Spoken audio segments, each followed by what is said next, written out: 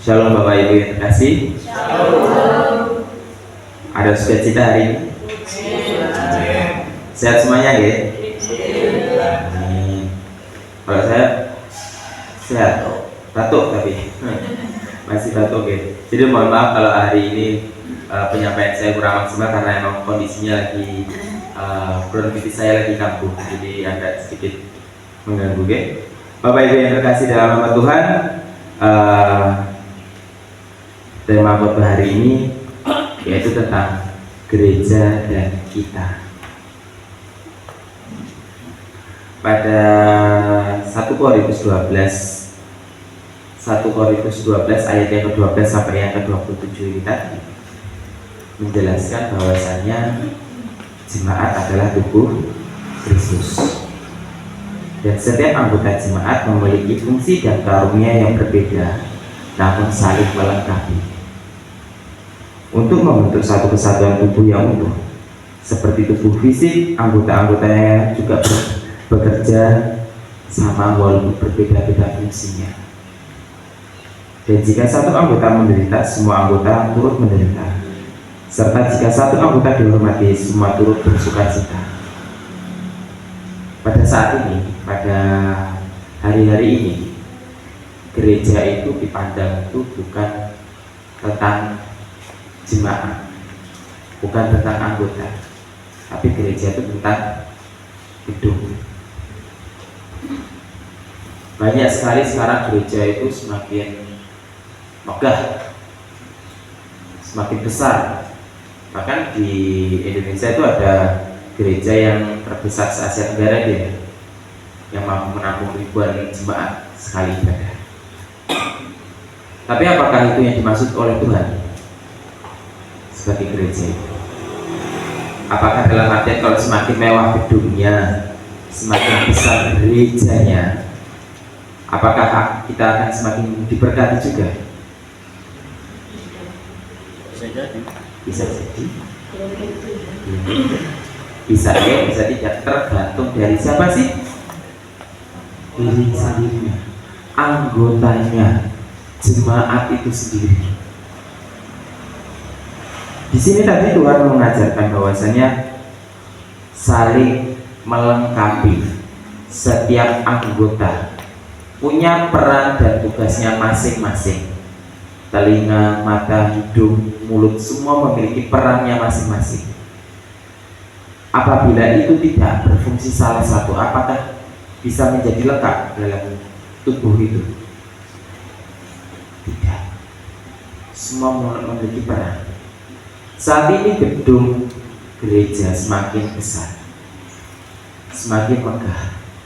Tetapi apakah kita saling perhatian? Apakah kita melihat setiap anggota dalam gereja tersebut?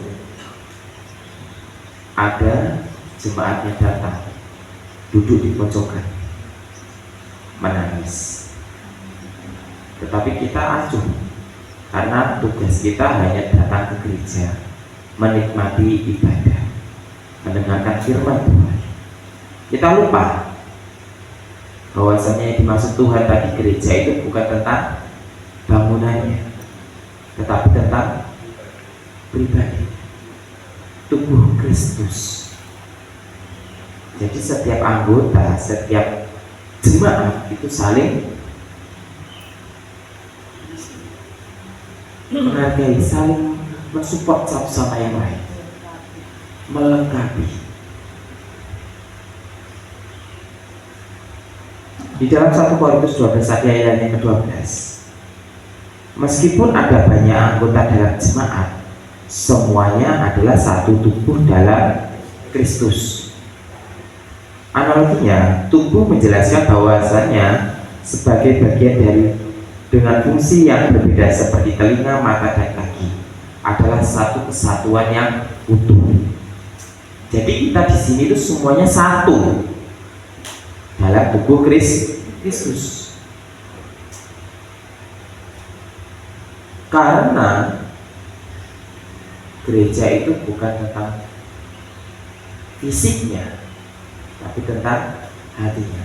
Saat kita sudah ada di dalam tubuh Kristus, kita tidak akan bisa melihat fisiknya tubuh Kristus itu seperti apa.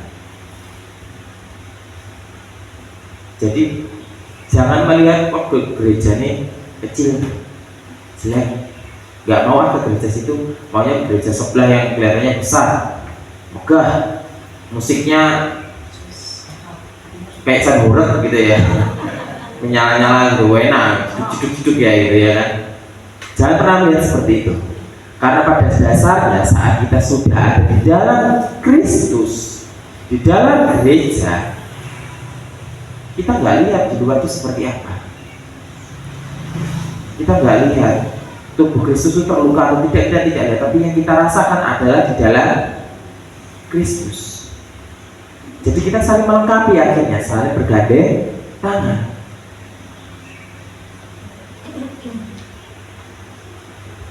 Di dalam 1 Korintus yang ayat yang 12 ayat 18 sampai yang ke-25, Allah telah menempatkan setiap anggota dalam tubuh sesuai kehendaknya.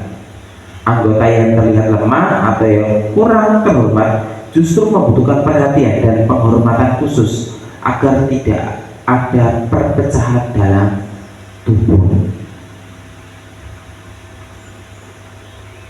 Jadi Bapak Ibu, kalau gerejanya semakin megah tapi saling acuh tak acuh, apakah itu akan menjadi berkat? Tidak. Walaupun gerejanya kecil tetapi saling erat, saling melengkapi, itu akan menjadi berkat. Karena yang diinginkan Tuhan tentang gereja itu seperti itu. Benar kalau kita berdoa, dimuliakanlah nama Tuhan, jadikanlah ini sebagai pelebaran kerajaan di muka bumi. Melebarkan kerajaan itu bukan berarti gede no gereja ini, tidak. Bangunannya dibesarkan, tidak. Yang dibesarkan gerejanya adalah umatnya, imannya, jemaatnya. Itu yang diinginkan oleh Tuhan. Jadi jangan berfokus, ayo kita besarkan gereja ini, yuk GKJBW Cacem Tanjung lagi gede no gereja nih, adalah semakin besar, bangun besar, tapi kalau jemaatnya menghilang sebagaimana? Apa yang berfungsi sebagai gereja? Tidak. Tapi jika gereja kita rawat, karena gereja itu tentang diri kita. Kalau setiap anggota ini memiliki fungsinya masing-masing, contohnya kayak pabrik, pasti punya peran penting dalam gereja. Kalau Natal, pabrik bikin perlengkapan. Kalau nggak ada pabrik mungkin ya kebingungan, ya kan? Kalau saya bagian Riwari aja, saya bagian Riwari saja. Kalau nanti samanya ada kunjungan lansia, nggak ada Pak Katan, ya bingung. Pakai mobilnya siapa nanti? Yang mimpin doanya nanti siapa? Gitu kan? Gereja tanpa ada Mama Lili, koordinatornya, ya bingung pasti. Ya kan? Jadi semua punya peran penting. Karena peran pentingnya ini kita saling melengkapi. Tapi ingat, saling melengkapi itu juga saling menghormati, menghargai. Di sini tadi ada penghormatan khusus terhadap anggota yang lemah dan kurang terhormat. Jangan berfokus ya sing kaya-kaya. Terus pokoknya begini aja kayak tidak. Ini aja sekarang udah berpesan pada saya, yo nanti kalau Natal pokoknya pensiun aku jadi MC nih, giliran ya ganti yang muda-muda, itu yang penting. Jadi jangan hanya Pak Padi terus saja, tidak. Ada kalanya semua juga terlibat dalam gereja.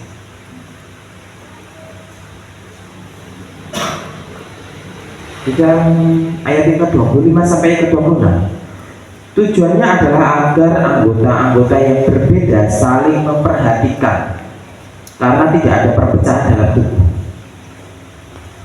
Jika satu anggota menderita, semua turut menderita. Jika satu anggota dihormati, semua turut bersuka cita. Walaupun berbeda, tapi saling memperhatikan, dan tidak ada perpecahan dalam tubuh Kristus. Ingat, di dalam tubuh Kristus tidak ada aku, kamu, lo, gue, tidak ada. Yang ada adalah kita, saya dan panjenengan semuanya. Saling support, saling menghargai, saling melengkapi. Kalau ada yang susah, ya ayo dibantu. Kalau ada yang bersuka cita, kita ikut bersuka cita. Bukankah itu yang dimaksud oleh Kristus dalam gereja?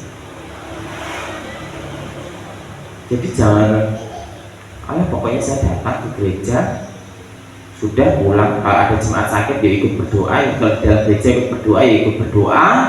Sudah selesai, ya pulang. Tidak seperti itu. Ya, tidak seperti itu.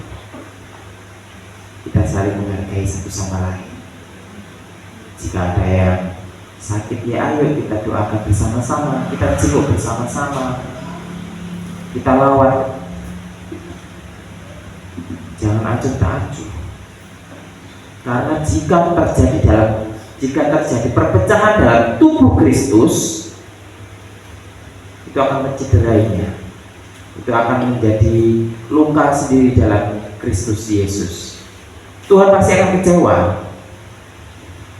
Loh, kalian itu dalam satu tubuhku, dalam tubuh saya sudah mengajarkan kalau kalian satu kesatuan. Tapi kenapa kalian masih ada perpecahan? Kenapa kalian masih acuh tak acuh satu sama yang lain? Itu kan. Ingat, kita di sini itu bukan umat yang besar. Kecuali kita di Eropa mungkin ya, di Amerika gitu ya, kita bosnya gitu kan ya, masternya gitu. Tapi kalau di sini kita tidak. Justru disinilah yang Tuhan kehendaki atas kita. Sesuatu yang kecil, tapi kalau penuh sukacita, saling menghargai, saling menghormati, itu yang akan menjadi terang di dunia ini. Percuma menjadi besar, tapi jika terjadi perpecahan. Kalau saya tanya Bapak Ibu, ada yang pernah ke gereja yang lebih besar daripada ini? Pasti banyak kan? Saya tanya, pernah nggak jenengan itu menegur sebelahnya jenengan? Nggak kenal. Jadi kalau datang, duduk, disuruh berdiri, duduk lagi, keplok-keplok, nyanyi, dengarkan firman, pulang. Tidak kenal dengan tetangganya kalau di gereja yang lebih besar itu. Biasanya seperti itu. Kenalnya ya karena grupnya sendiri. Kalau bukan grupnya sendiri, nggak kenal. Acuh tak acuh, masa bodoh ya. Itu yang tidak dikehendaki oleh Tuhan. Kita itu datang bertemu untuk saling menguatkan, saling mengasihi, saling memberkati. Jangan sampai ke gereja hanya karena pengguguran kewajiban. Akhirnya ya sudah, ya kan? Justru kalau di gereja kita tuh puji Tuhan ya, karena kita ada ibadah patuan, ibadah keluarga, itu semakin mempererat hubungan kita. Walaupun saya juga yang mengikut, nggak tahu sekarang ya kan ya.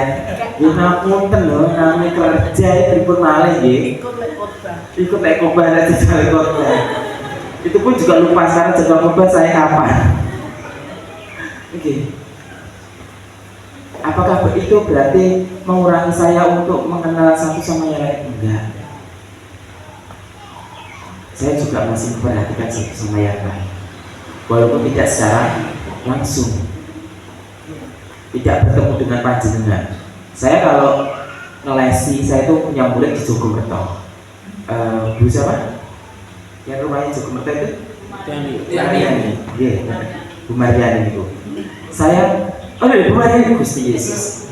Saya selalu lewat itu selalu ingat Ibu Maria ini sama Bapak itu di luar.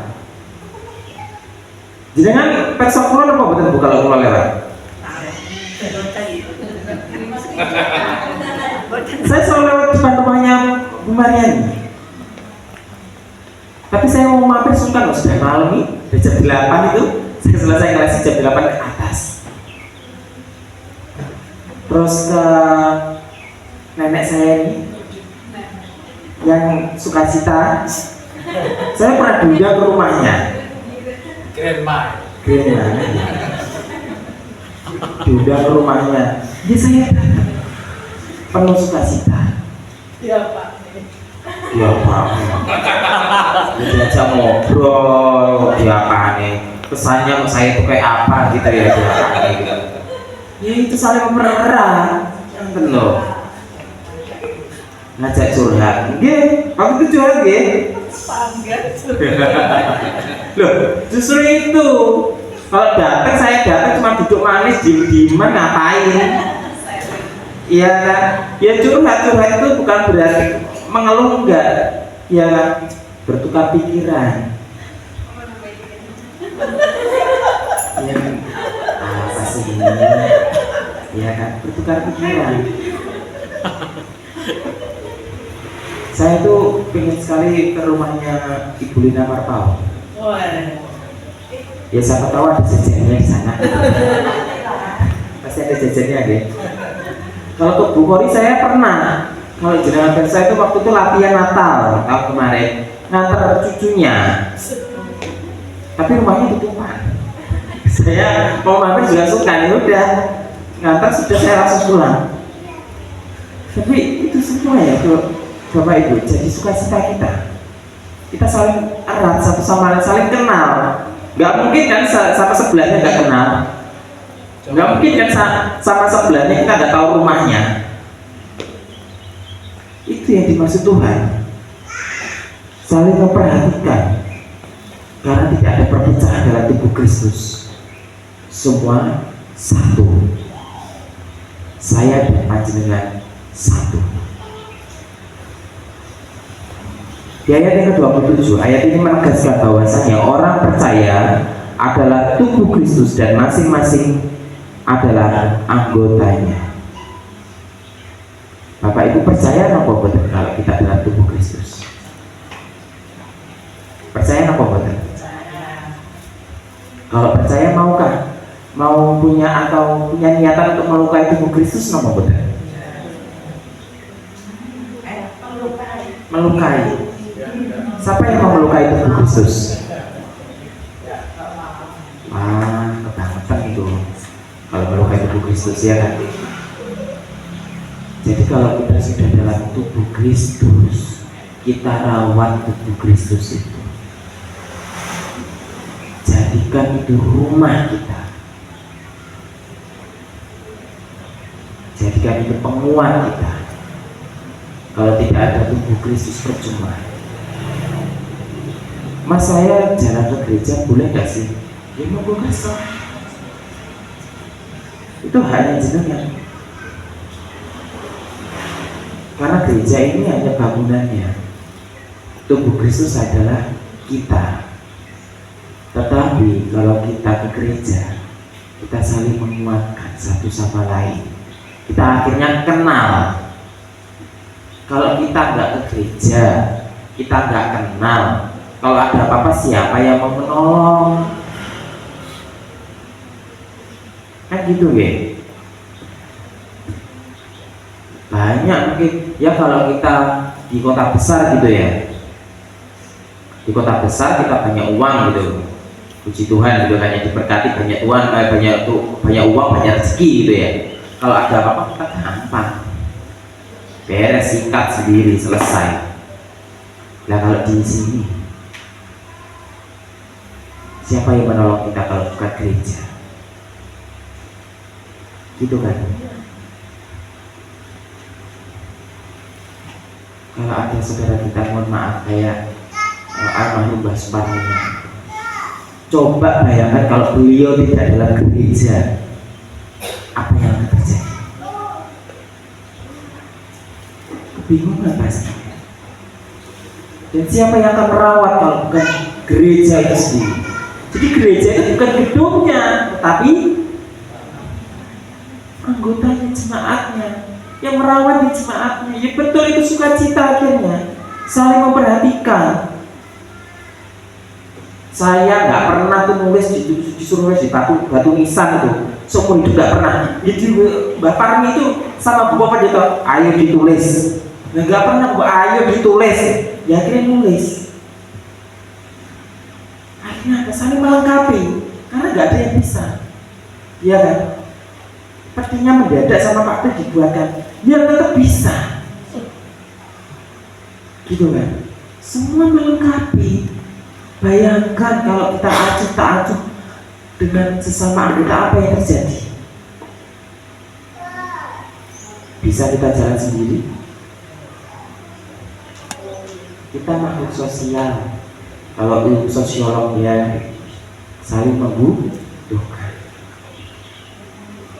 Dalam Kristus kita saling melengkapi. Jangan ada perpecahan. Jangan pernah merasa sedih. Ria,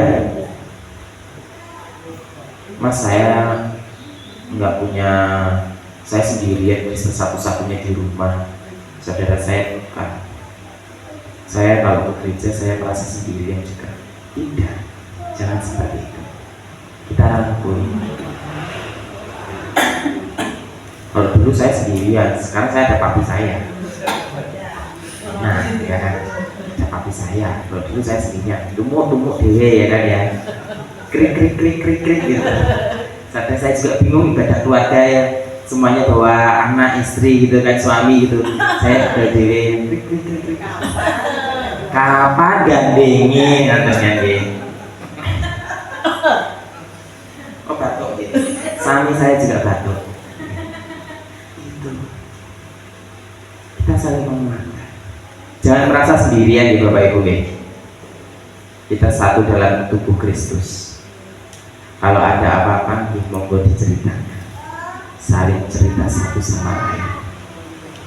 Nggak bisa membantu dalam finansial, tidak bisa membantu dalam tenaga, kita bantu dalam doa. Mas, aku nggak perlu didoakan. Jadi siapa yang mau mendoakan? Kita tidak berdoakan, kita berdoa bersama-sama. Kita tidak meminta doa, tapi kita berdoa bersama-sama. Karena saat kita bertemu bersama, beribadah, berdoa bersama, sukacita, damai itu ada. Jika kita sendirian, kita merasa sendiri, mau sampai kapan? Gitu kan? Jenengan akan tetap merasa sendirian, tidak punya teman. Inti dari ajaran 1 Korintus 12 ayat yang 12 sampai yang ke-27. Ayat-ayat ini mengajarkan pentingnya persekutuan, kesatuan, dan kerjasama dalam jemaat sebagai tubuh Kristus. Setiap orang memiliki karunia dan fungsinya sendiri yang unik dan penting, dan semua harus bekerja sama sesuai dengan karunia yang diberikan Allah untuk kemuliaannya dan kebaikan bersama. Seperti halnya rumah tangga, peran suami, istri, dan anak semua saling melengkapi.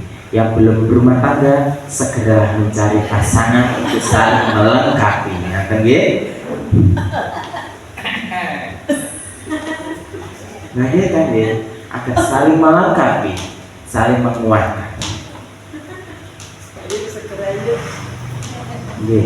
Segera ya, Mbak Silvi. Kok gedek-gedek nih loh? Oh, masih lama. Kalau saya, expired dan keburu expired nih. Mari Bapak Ibu, kita bersama-sama untuk saling menguatkan, bersatu dalam tubuh Kristus. Damai sejahtera dan kekuatan dari Tuhan Yesus melalui Roh Kudus seharusnya tidak hanya untuk kita simpan dan kita nikmati sendiri saja. Sebagai umat Kristen kita dituntut untuk mewartakan di tengah dunia ini. Kita percaya hikmat dari Tuhan yang melalui Roh Kudus, Roh kebenarannya akan senantiasa ada dalam hidup kita. Tuhan Yesus memberkati. Amin. Bapak Ibu yang terkasih dalam nama Tuhan, kami undang untuk berdiri, kita ucapkan pengakuan iman dasar. Aku percaya kepada Allah Bapa yang Maha Kuasa, Khalik langit dan bumi, dan kepada Yesus Kristus Anaknya yang tunggal Tuhan kita, yang dikandung daripada Roh Kudus, lahir dari anak darah Maria, yang menderita di bawah pemerintahan disalibkan, mati dan dikuburkan, turun ke dalam kerajaan. Pada hari yang ketiga, bangkit pula dari antara orang mati. Naik surga, duduk di sebelah kanan Allah Bapa yang Maha Kuasa, dan akan datang dari sana untuk menghakimi orang yang hidup dan yang mati. Aku percaya kepada Roh Kudus, gereja yang kudus dan aman, persekutuan Roh Kudus, pengampunan dosa, kebangkitan daging dan hidup yang kekal. Amin. Dipersilakan.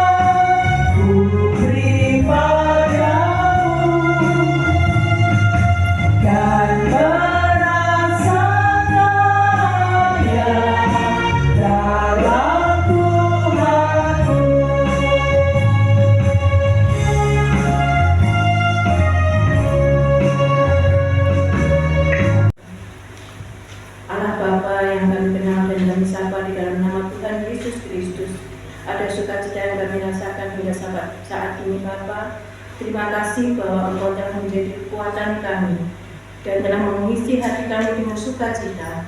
Hari ini kami mengumpulkan persembahan yang kami ambil dari sebagian berkat yang tercurah kepada kami. Berkatilah persembahan ini Bapa agar berguna untuk sarana pelebaran kerajaan yang di muka bumi, khususnya di Tarjem dan Mana. Bagi kami yang mengelola persembahan ini, berilah roh kebijaksanaan untuk bisa mengelola sesuai dengan rencana-Mu. Mampukan kami untuk bisa mempersembahkan seluruh tubuh dan jiwa kami seutuhnya untuk kemuliaan-Mu. Demikian Tuhan, doa ini hanya kami alaskan di dalam nama Tuhan Yesus Kristus. Kami telah berdoa dan mengucap syukur. Amin.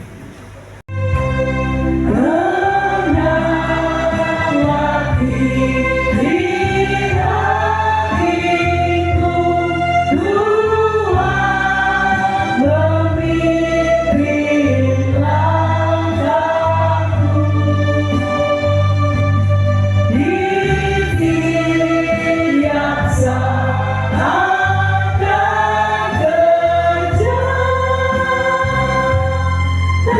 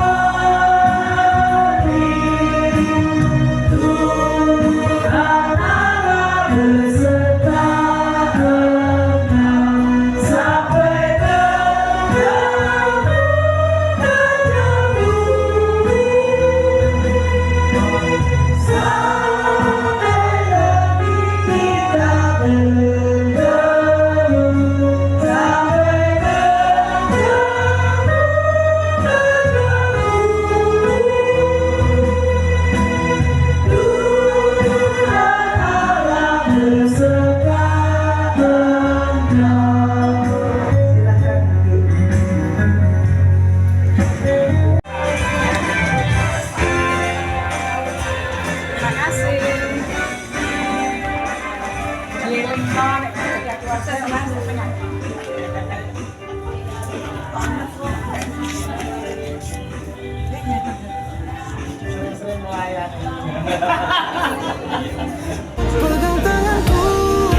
Wek, kita jalan Pak Wek ya. Selamat sampai tujuan Pak Wek.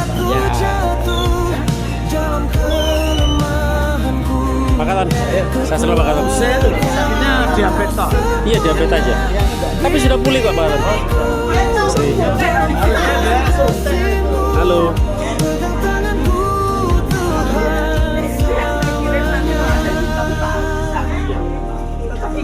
Mas Nang, kita selalu ya. Sukses terus. Ya, kayaknya nggak bisa kayak. Pak Wes, ngantar kok ini. Ngantar ke Surabaya enggak? Oh iya. Tati jalan ya. Naik apa? Sepur? Oh, oke. Naik kamu naik apa? Diantar. Surabaya. Sini toh, naik bis. Naik kereta ya, lebih aman ya. Siap Dan.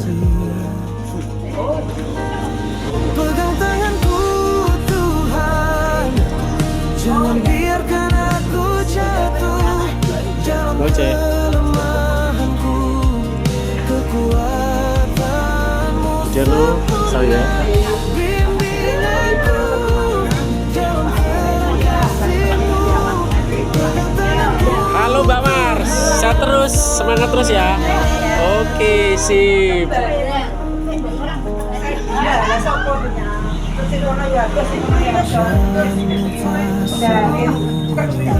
Jauh tapi yang terdekat. Candi. Semangat terus ya, Bang Ayu ya. Oke. Salina, saya selalu ya. Salam buat Bobo Matau.